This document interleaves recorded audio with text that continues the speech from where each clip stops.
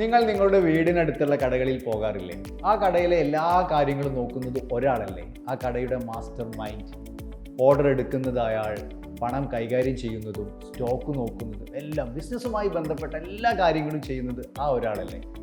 A business concern owned and managed by a single person is known as sole proprietorship. ഒരൊറ്റ വ്യക്തിയുടെ ഉടമസ്ഥതയിലും നിയന്ത്രണത്തിലും നടത്തപ്പെടുന്ന ബിസിനസ്സിനെ വിളിക്കുന്ന പേരാണ് സോൾ പ്രൊപ്രൈറ്റർഷിപ്പ്. ഇങ്ങനെ ബിസിനസ് നടത്തുന്ന ഈ വ്യക്തിയെ വിളിക്കുന്ന പേരാണ് സോൾ പ്രൊപ്രൈറ്റർ.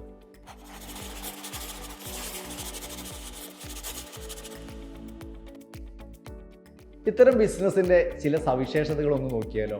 എളുപ്പത്തിൽ രൂപീകരിക്കാം, പെട്ടെന്ന് തീരുമാനങ്ങൾ എടുക്കാം, ബിസിനസ്സുമായി ബന്ധപ്പെട്ട രഹസ്യങ്ങൾ സൂക്ഷിക്കാം, കണ്ടിന്യൂയിറ്റി ഉണ്ട്. എന്നാൽ ഇത്തരം ബിസിനസ് സ്ഥാപനത്തിന് ചില ലിമിറ്റേഷനുകളില്ലേ? Shortage of capital, uncertain future, നഷ്ടസാധ്യതയും പരിധിയില്ലാത്ത ബാധ്യതയും. എന്തൊക്കെ പറഞ്ഞാലും നമ്മുടെ ഭാഷയിൽ പറഞ്ഞാൽ sole proprietor. For more informative videos do follow Lakshya school plus.